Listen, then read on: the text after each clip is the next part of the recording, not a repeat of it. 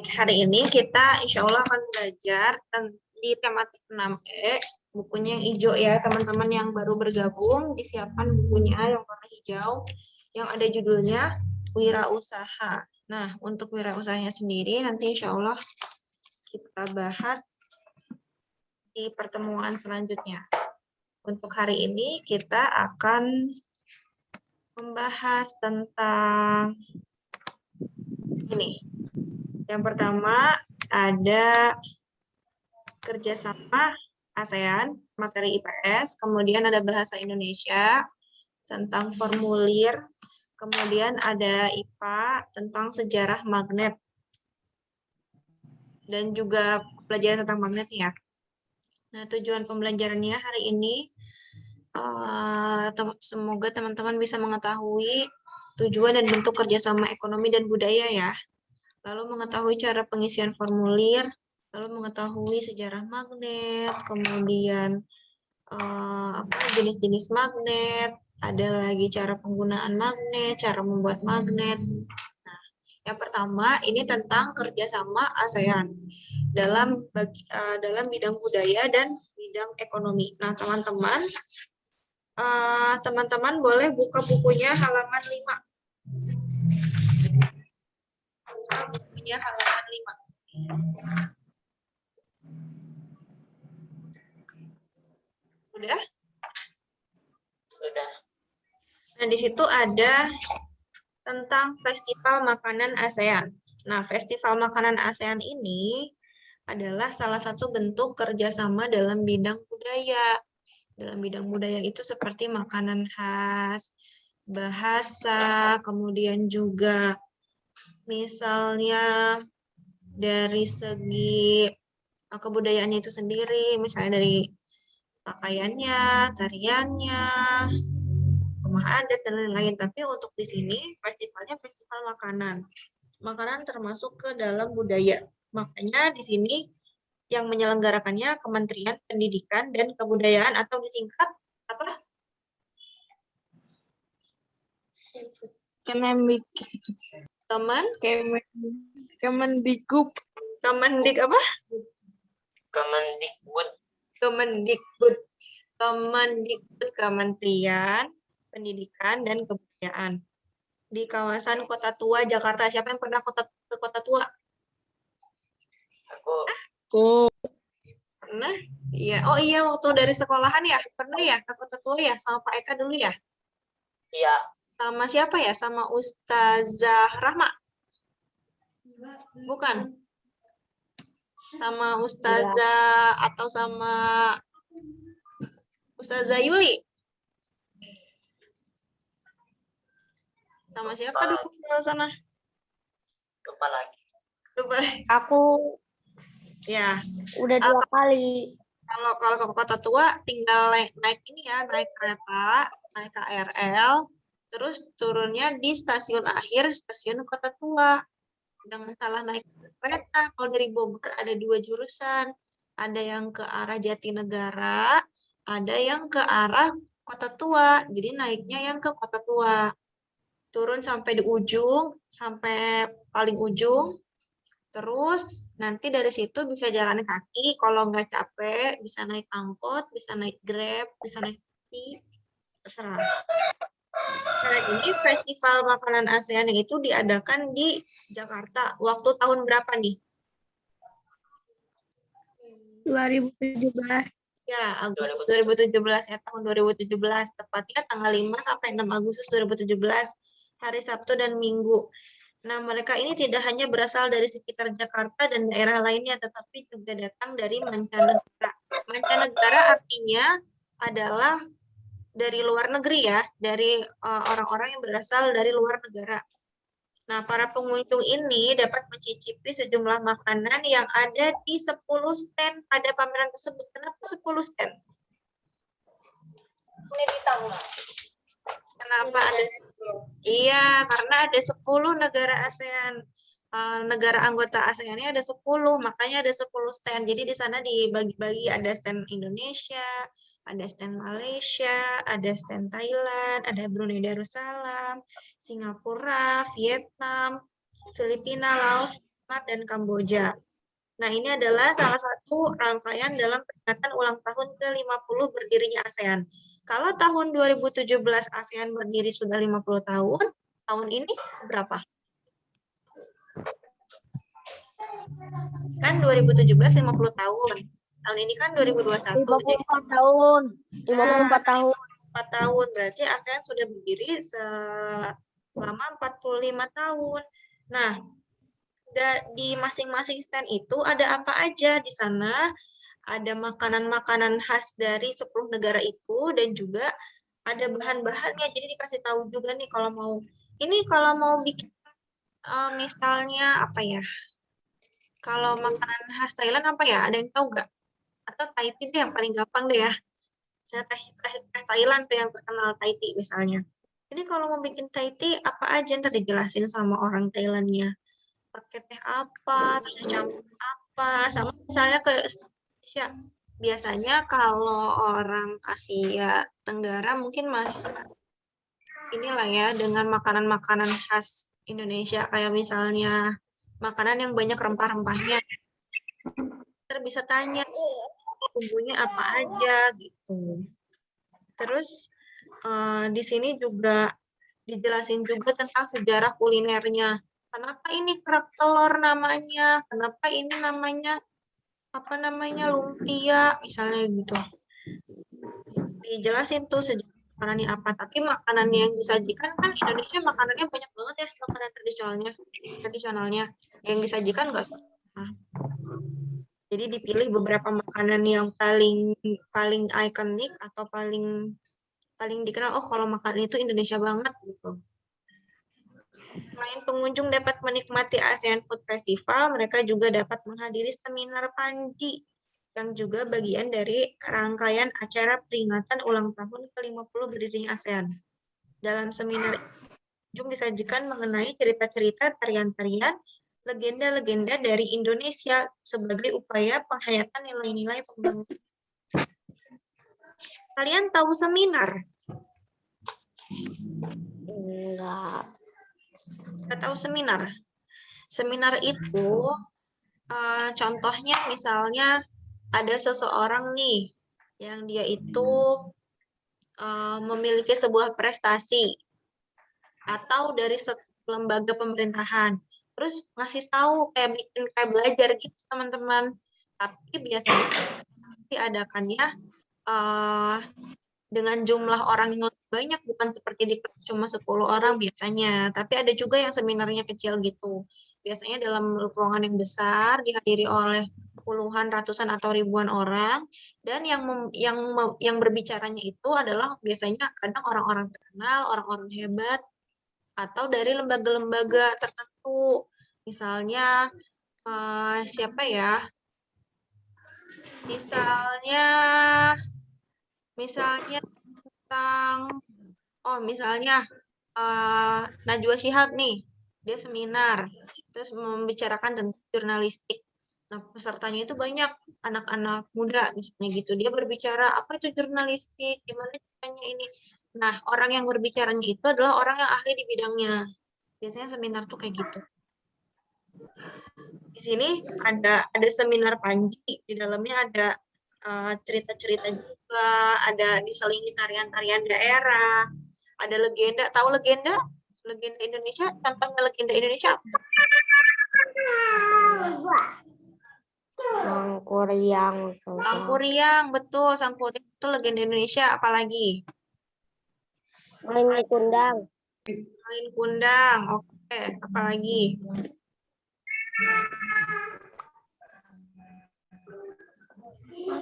Lutung Kasarung. Rambanan. Nah, apa bedanya legenda dengan dongeng biasa? Kalau legenda itu biasanya berkaitan dengan suatu peristiwa atau tempat tertentu yang ada nilai sejarahnya. Kayak misalnya Malin Kundang, kan itu cerita rakyat dari Sumatera Barat. Nah, kemudian misalnya Tangkuban Perahu itu berkaitan dengan Gunung Tangkuban Perahu yang ada di Bandung, kayak gitu. Itu legenda. Danau Toba.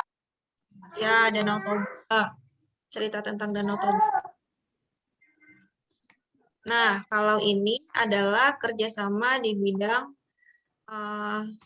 ekonomi. Contohnya ada di halaman 7. Ada di halaman 7. Kerjasama di bidang ekonomi ini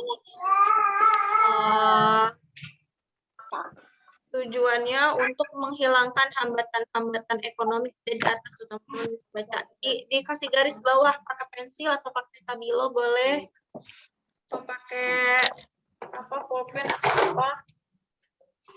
Dikasih garis bawah apa yang disampaikan hari ini.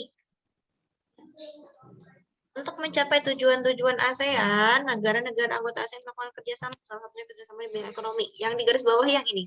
Kerjasama ekonomi ASEAN ditujukan untuk menghilangkan hambatan-hambatan ekonomi dengan cara saling membuka perekonomian negara-negara anggota dalam menciptakan integrasi ekonomi kawasan. Itu di garis bawahi. Iya, dari kerjasama ekonomi ASEAN ditujukan untuk, itu adalah tujuan kerjasama Ibu. ekonomi saja. kerjasama. Karena ya. Assalamualaikum saja. Waalaikumsalam Alena.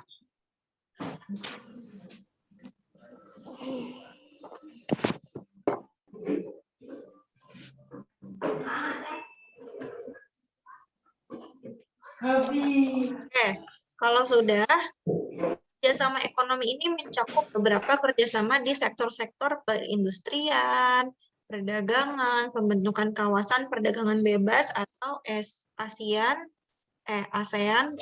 Free Trade Area atau AFTA. Beberapa jenis kerjasama ekonomi ini antara lain nih, di bidang industri ada kerjasama industri ASEAN atau ASEAN Industrial Cooperation atau disingkat AICO. Nah, ketika kalian dapat nih AICO ini adalah salah satu kerjasama ekonomi di bidang industri, di sektor industri, gitu ya.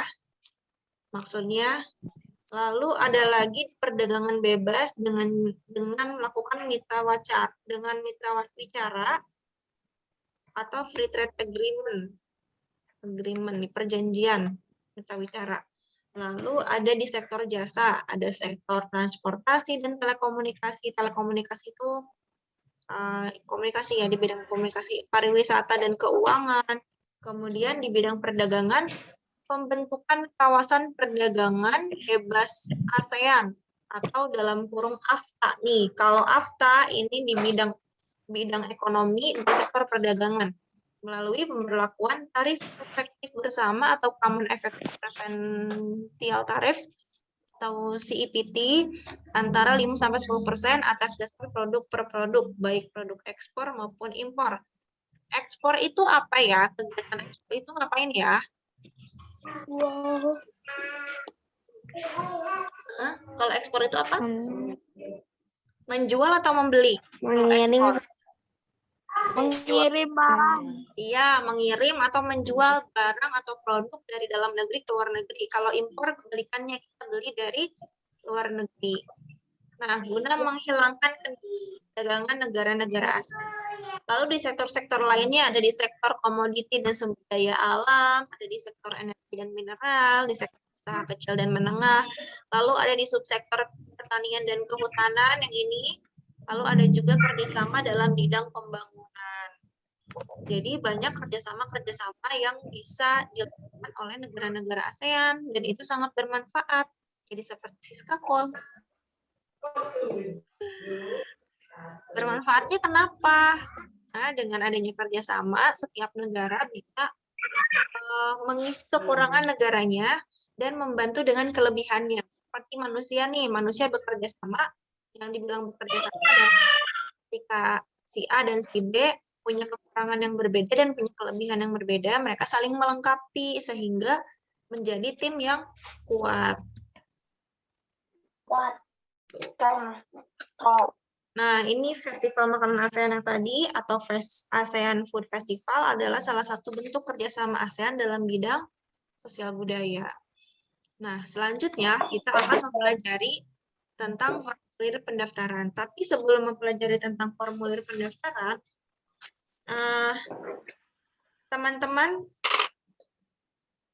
tahu tidak apa saja makanan-makanan tradisional dari Indonesia dari daerah-daerah tertentu selain dari Jawa Barat? Selain Pulau Padang, Jawa deh, selain Pulau Jawa deh. Kalau selain Jawa Barat kan ada nih yang orang Jawa yang Sulawesi, apa makanan tradisionalnya? Sumatera Barat, Apa makanan tradisionalnya? nasi Padang, Oh, nasi Padang, rendang ya.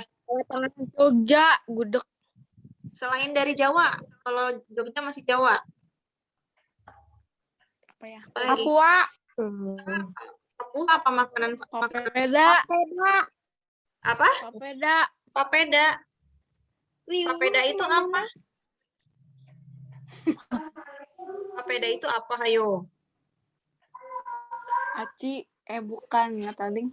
Sagu. Ya, sagu, kayak sagu. Sagu. Ustazah tahu ikan peda. Kalian tahu ikan peda? Ya, Tahu. Asin. Terus apa lagi? Coba dari daerah mana ya? Tadi Sumatera udah, Papua udah. Coba siapa yang tahu makanan dari daerah-daerah di Kalimantan deh?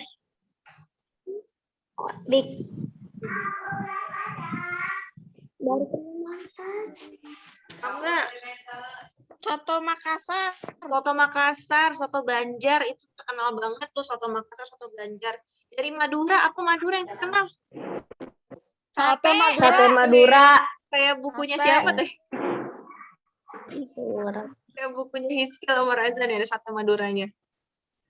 Ya.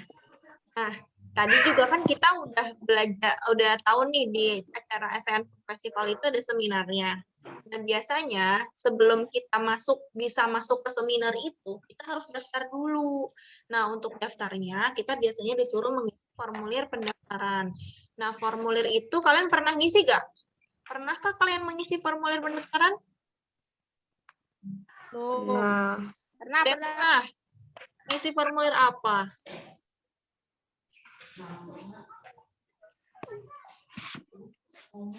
Lomba sekolah. Lomba sekolah. Undangan. Undangan. Formulir undangan. Apalagi? Lomba. Iya. Kalau orang Formulir kalian, buat hewan langka saja. formulir buat hewan langka. Kalau orang tua kalian pasti udah sering banget nih ngisi formulir. Biasanya ketika kalian mau masuk sekolah, harus ada formulir yang diisi sama orang tua. Nah, diisiin sama orang tua. Nanti kalian kalau udah SMP, SMA, formulirnya udah bisa ngisi sendiri. Terus ada lagi, misalnya mau bikin KTP, isi formulir lagi. Mau kalian ke rumah sakit, ngisi formulir lagi. Mau kemana, ngisi formulir lagi. Jadi banyak formulir pendaftaran itu. Nah, formulir ini artinya adalah lembar isian yang berisi berbagai jenis data yang kemudian diserahkan ke bagian pendaftaran. Nah, formulir berasal dari bahasa Belanda. Kenapa sih formulir berasal dari bahasa Belanda? Kok jadi bahasa Indonesia atau enggak? Kenapa? Enggak. Ada yang tahu kenapa diserap? Ini namanya bahasa serapan. Tadinya bahasa Belanda, tapi diserap sama orang Indonesia menjadi bahasa Indonesia. Ada yang tahu nggak? Kira-kira kenapa ya orang Indonesia ngikutin bahasa Belanda?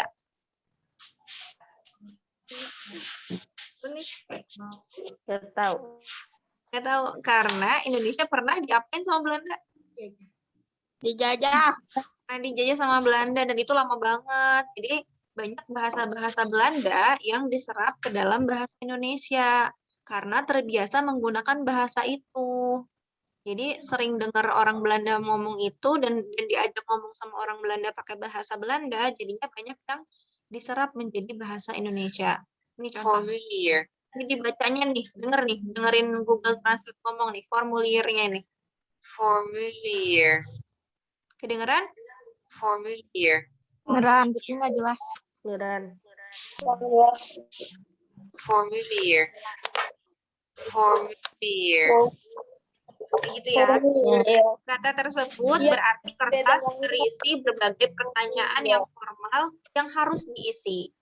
Nah, fungsi formulir itu satu, untuk mendapatkan suatu informasi tertentu yang diperlukan oleh suatu instansi dari diri Anda. Nah, ketika disuruh ngisi formulir, yang disuruh ngisinya adalah orang yang berkepentingan, kemudian diisi sesuai data orang tersebut. Jangan kamu ngisi nih, kecuali diminta tolong ya sama mamah nih, misalnya gini, kayak mamahnya Ustazah kan kalau nulis udah suka susah ngelihatnya nih, karena tulisannya misalnya kecil-kecil. Nah, tolong bikin formulir ya, gitu. Tapi diisinya sesuai siapa yang disuruh ngisi. Oh, yang disuruh ngisi itu data dirinya mamahnya Ustazah, berarti Ustazah ngisiin data diri mamah sebenar-benarnya. Dan harus benar.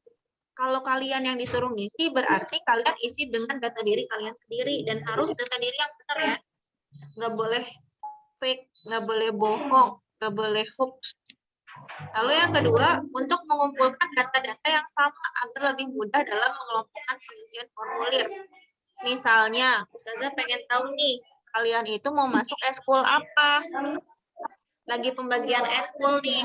Nah, kalian ngisi formulir mau masuk eskul apa supaya gampang dikumpulinnya, misalnya berapa orang ikut pramuka, berapa orang ikut paduan suara, misalnya berapa orang ikut memasak. Jadi dibuatlah formulir supaya bisa dikumpulkan. Kemudian dapat dijadikan sebagai bukti fisik. Contohnya misalnya gini, Sofia nih misalnya ikut lomba nyanyi nih, terus udah gitu dia harus ngumpulin formulir. Nah, suatu hari ada orang yang bilang, Sofia tuh nggak ikut, nggak daftar. Nah, Sofia punya buktinya, ini saya punya formulirnya, katanya gitu. Jadi bukti fisik.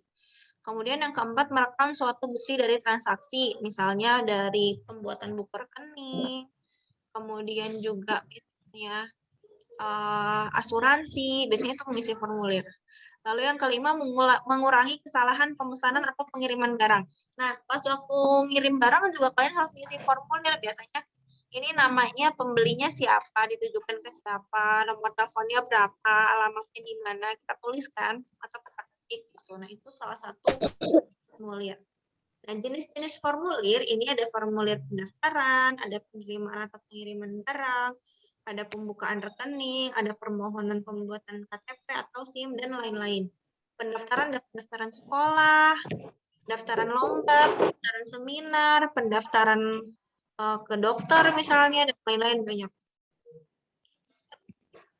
Nah, ini adalah contoh formulir pendaftaran. Gimana sih cara ngisi formulir pendaftaran? Teman-teman bisa baca halaman 20. Dibuka yuk halaman 20.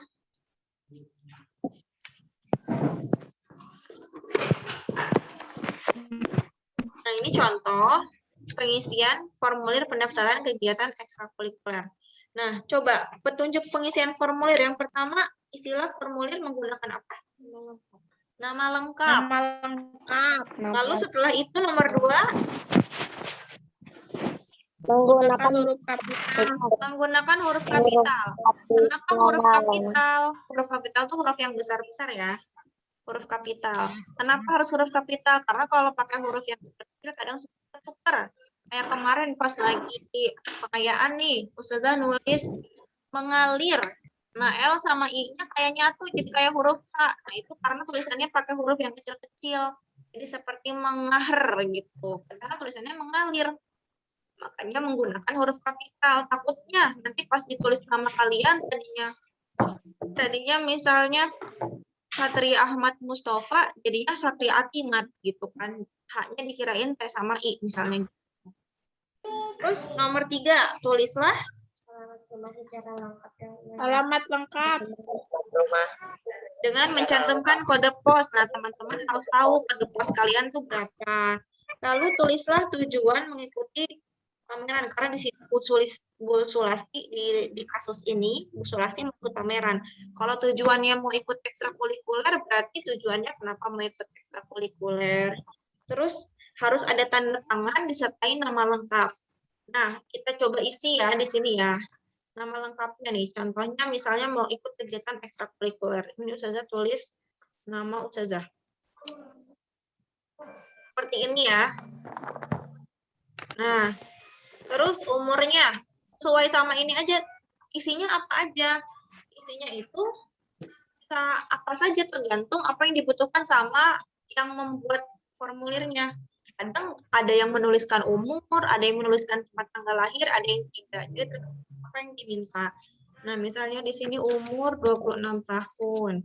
Lalu masa umur 26 tahun kelas 6 gitu ya? Ya udah kita masukkan umurnya 12 tahun aja. Kelas 6.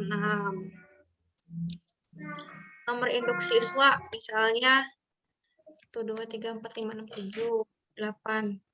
Terus jenis ekstrakurikuler yang diikuti, Ustazah mau ikut kelas misalnya. Sama apa ya? Sama Al-Ahwat. Nah, habis itu jangan lupa kasih tanda tangan di sini teman-teman. Tanda tangan. Jelek. Tanda tangannya asal aja deh. Soalnya tanda tangan di sini. Paraf aja. Jangan tanda tangan dulu aja. Susah, nah, jangan lupa di sini ditulis lagi nama lengkap kita.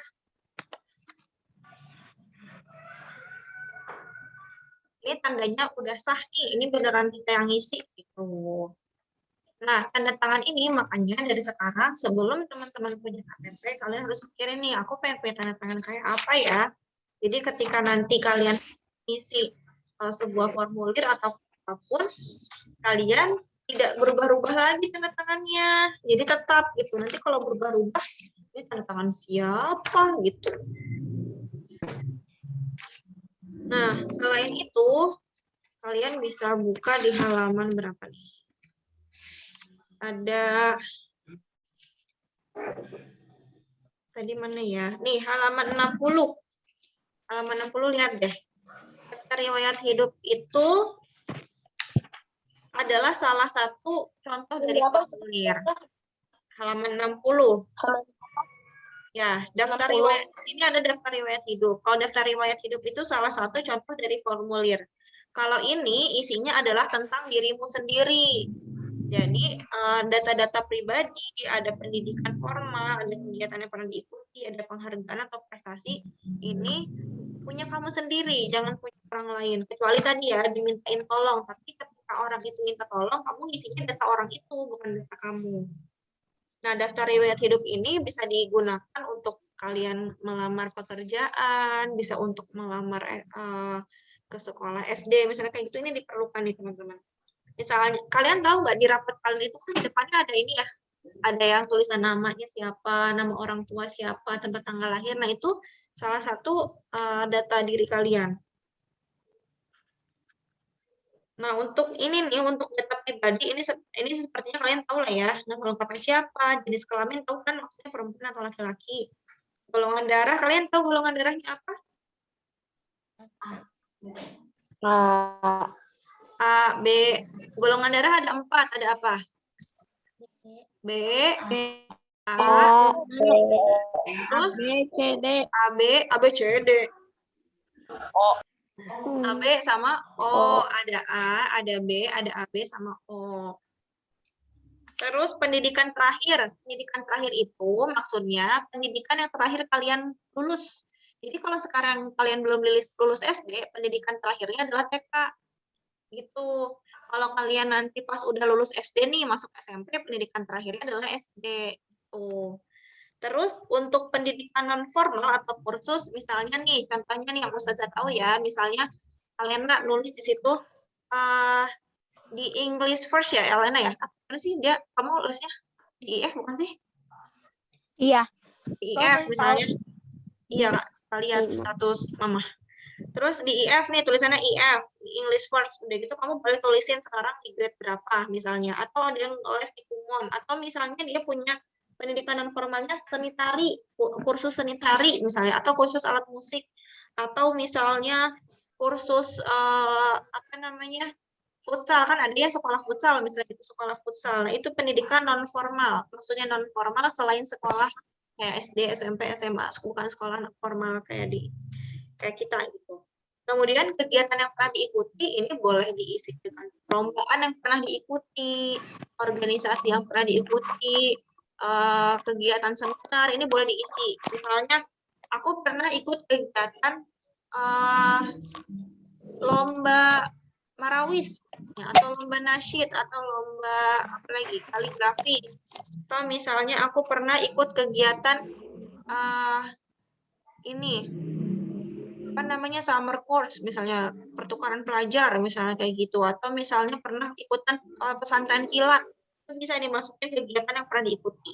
Kalau penghargaan atau prestasi itu yang pernah kalian dapatkan dari kegiatan itu, misalnya perlombaan, pernah menang nggak? Kalau menang tulis, kalau nggak menang jangan gitu. Kalau yang prestasi ini, kalau pernah menang tulis, kalau enggak jangan gitu teman-teman.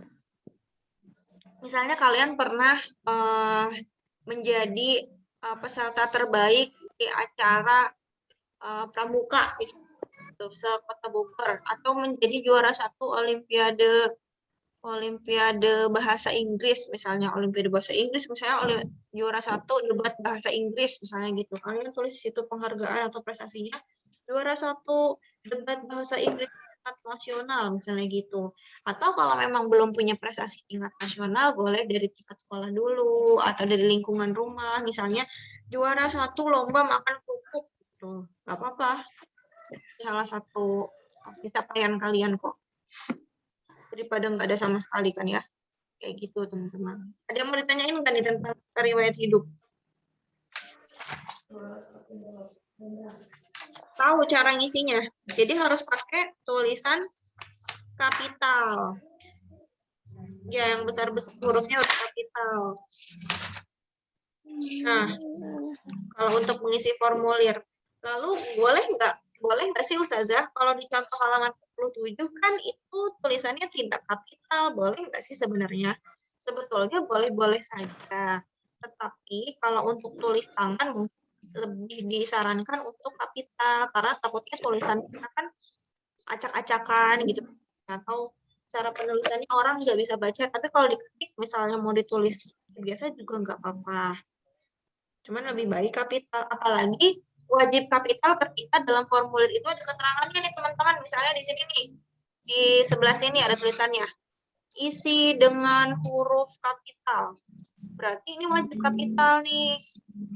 Kalau ada, biasanya ada yang kalau misalnya di bank, bukan abang-abang, di bank, Bank BCA, Bank Mandiri, Bank BNI, Bank BRI, BJB, dan lain-lain, itu biasanya ketika kita mau ngisi, membuat buku rekening, dia ada tulisan seperti ini, isi dengan huruf kapital gitu.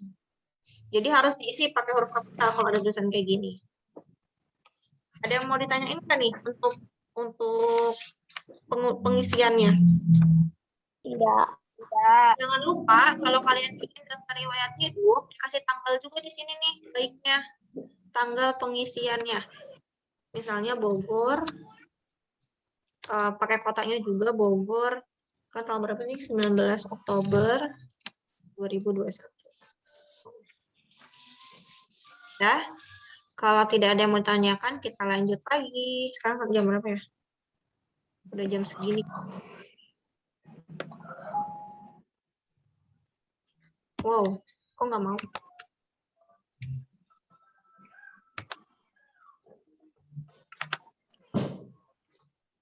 Oh, ini ada ini. Nah, sekarang kita mau belajar tentang magnet. Kalian pernah pegang magnet?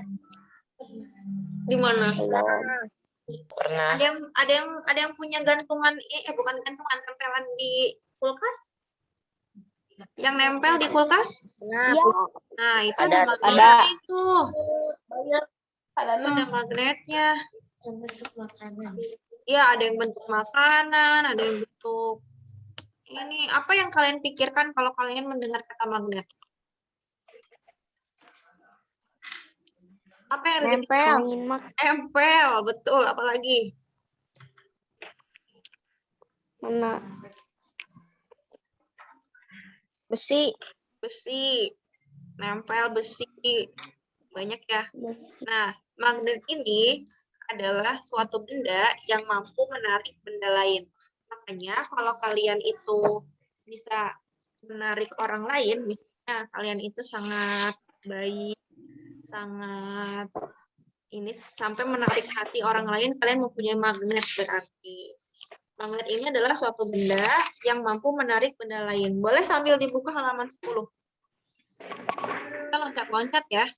Nah, tahukah kamu kata magnet itu diambil dari nama salah satu daerah di Asia, yaitu Magnesia. Halaman berapa sih? Ya, halaman 10. Bangsa Yunani menemukan sifat magnetik dari bebatuan yang mampu menarik biji besi. Jadi ada batu yang bisa menarik biji besi.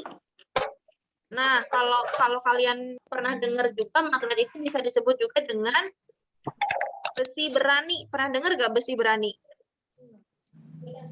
Tidak pernah. Tidak. Oke. Jadi kalau kalian mendengar kata besi berani itu artinya magnet. Ada tuh di halaman 10. Dari kota Magnesia ya, sebuah kota di Asia kecil. Nah, kenapa dinamakan magnet? Kalau magnet yang ditemukan di kota Magnesia disebut magnet alam, karena dia langsung ditemukan di alam, karena ada magnet buatan. Nah, ini contohnya, contoh magnet. Ada magnet U. Nanti habis Ustazah share screen, Ustazah tunjukin. Ada magnet cincin, magnet butang, magnet ladam kaki kuda, yang kayak buat kaki kuda. Lalu magnet bar, magnet silinder. Nah, ada lagi sifat-sifat magnet. Yang pertama, magnet bisa menarik benda tertentu. Nah, benda tertentunya ini, tidak semua jenis benda bisa ditarik sama magnet. Nah, nanti bendanya dalam jangkauannya. Misalnya magnet bisa menarik besi, tapi magnet tidak bisa menarik plastik. Mau plastiknya didekat-dekat ditempel-tempelin pun yang akan menarik gitu. Yang bisa ditarik magnet itu adalah logam, seperti besi, baja, nikel, dan lain-lain. Lalu yang kedua, magnet itu bisa menembus benda. Nah, contohnya begini nih. Ketika ada kaca atau ada plastik, terus apa sih dikasih besi atau paku, nanti dia bisa ikut jalan pakunya. Kalau magnetnya di jalan ini digeser-geser. Nanti kita praktek. Gaya magnet dapat menembus benda. Lalu magnet punya dua kutub, tetap aja.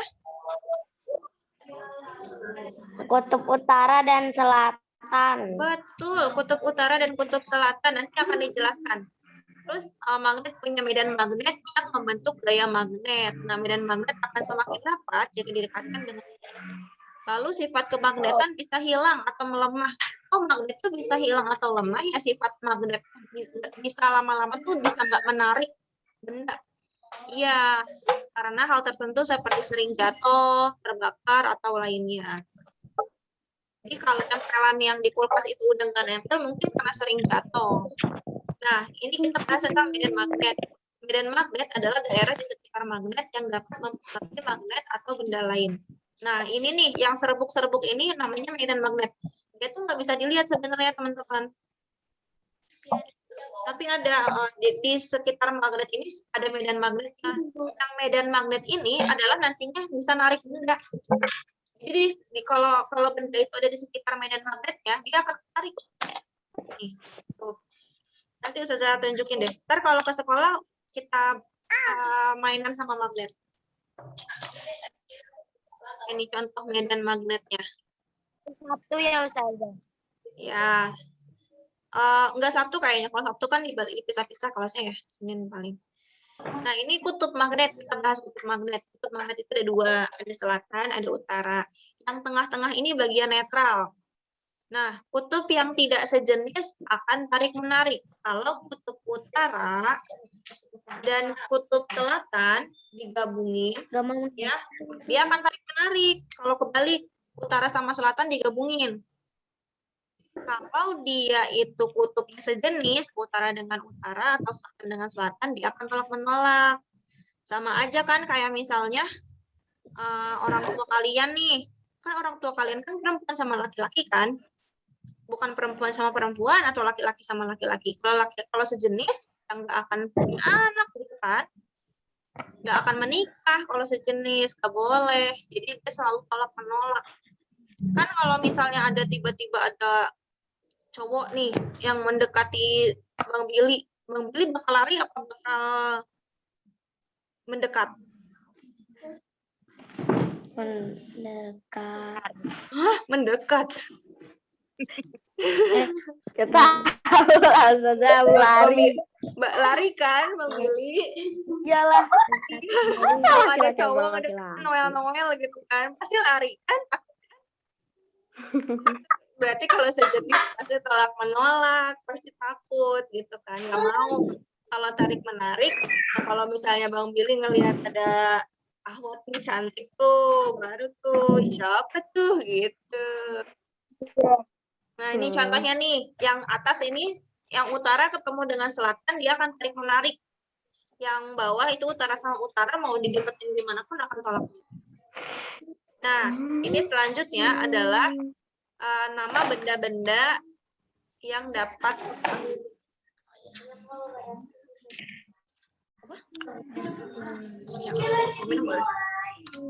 nih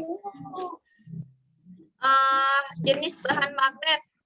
Bahan magnet itu ada dua, ada bahan magnetik. Bahan magnetik disebut juga apa nih tulisannya? Dia. Disebut apa ini? Ini apa nih? Feromagnetik. Bahan magnetik atau bahan-bahan yang bisa ditarik sama magnet itu namanya feromagnetik ya. Nah, feromagnetik adalah benda yang dapat ditarik dengan kuat oleh magnet. Jika benda jenis feromagnetik berada di dekat magnet, magnet akan menarik benda tersebut. Selain itu, benda yang termasuk bahan feromagnetik dapat dijadikan magnet lagi. Contoh bahan feromagnetik adalah baja, besi, nikel, dan kobalt. Lalu ada bahan non-magnetik dibagi dua. Ada paramagnetik dan ada apa satu lagi? Ini? Iya, magnetik. Kalau paramagnetik, ini bendanya bisa ditarik sama magnet, tapi lemah. Jadi bukan yang kuat, ini lemah ditariknya. Kalau besi termasuk kuat. Terus udah gitu, contohnya di aluminium, tembaga, platina, dan lain-lain. Misalnya aluminium itu hancur. Apa bahasa Indonesia hancur? Penggorengan. Apa? Penggorengan. Kancur. Kamu nggak tahu kancur? Bahasa Sunda. Kancur penggorengan yang buat goreng itu kan dari aluminium. Enggak kancurnya. Kancur tuh katel. Yang buat ngegoreng. Penggorengan. Iya, kancur itu penggorengan. Itu dari aluminium. Terus kayak tembaga tuh dalamnya kabel. Dari tembaga itu bisa ditarik sama magnet tapi lemah. Jadi nggak kuat. Kadang bisa, kadang enggak. Nah, kalau dia magnetik, ini benda yang menolak magnet. Kalau ini nggak bisa ditarik sama sekali. Contohnya kertas, emas, seng, merkuri, dan lain-lain. Ini nggak bisa ditarik, bahkan kalaupun sama magnet yang kuat dan ditempel-tempelin nggak bisa. Kayak misalnya kayu, ini nggak bisa nih magnet. Itu berarti dia magnet. Feromagnetik yang kuat, paramagnetik yang lemah, diamagnetik yang tidak bisa ditarik magnet.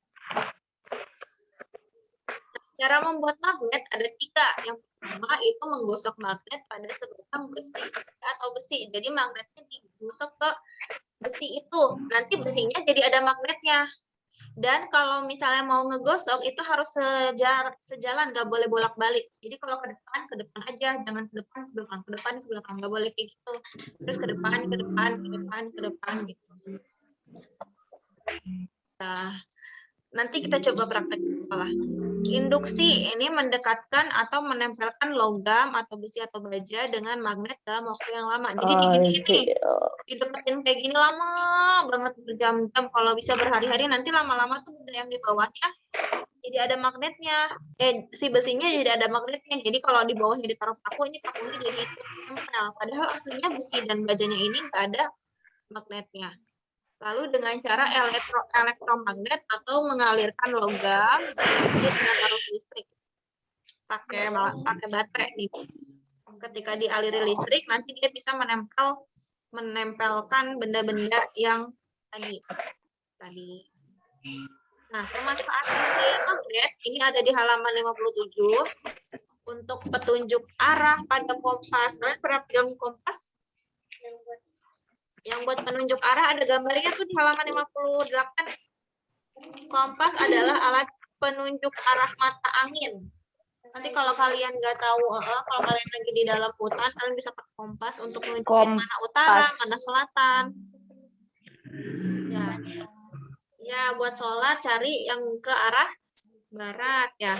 Lalu untuk mengambil benda-benda dari logam, contohnya tuh lihat teman-teman, ada alat pengangkut besi tua menggunakan elektromagnet untuk mengangkat besi. Misalnya di tumpukan-tumpukan sampah tuh dia mau cari di tumpukan itu ada besinya enggak gitu. Jadi pakai alat untuk yang ditempelin magnet di alat. Terus udah gitu menghasilkan listrik. Magnet juga bisa menghasilkan listrik, diantaranya dinamo sepeda dan generator. Nah makanya kemarin itu kenapa dinamo sepeda itu nggak perlu pakai listrik, nggak perlu dicolokin listrik kita bisa naik sepeda, itu karena ada magnetnya. Lalu bisa merapatkan dua benda, contohnya kulkas kalian. Kulkas kalian kan kalau ditutup jadi rapat kan? Itu ada magnetnya. Lalu menggantikan roda pada kereta api maglev. Nah, teman-teman bisa lihat tuh, kereta apinya keren banget tuh. Kereta api maglev atau magnetic levitation. Jadi ya halaman 58. Oke.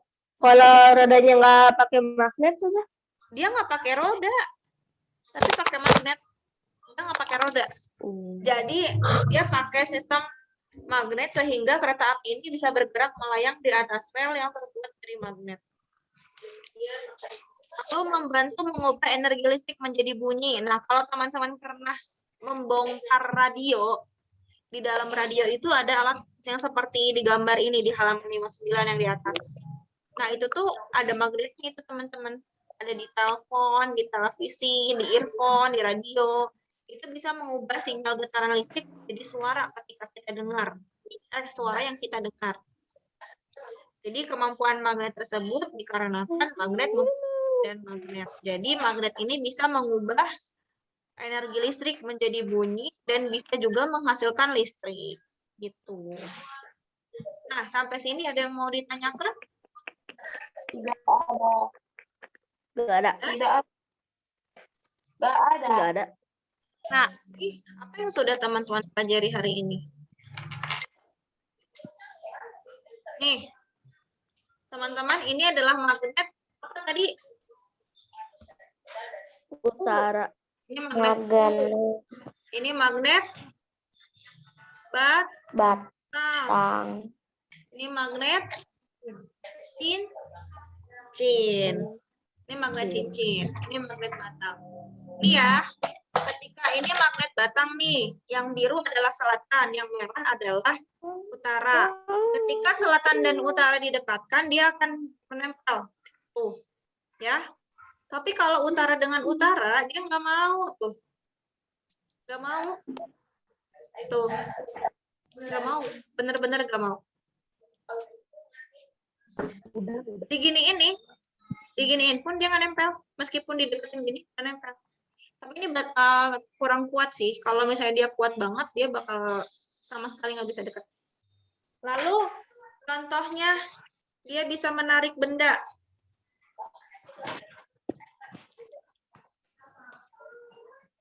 Nih, teman-teman lihat. Ini bisa narik tuh. Saya taruh ya. Di sini ya. Ini. Wow. Dia bisa.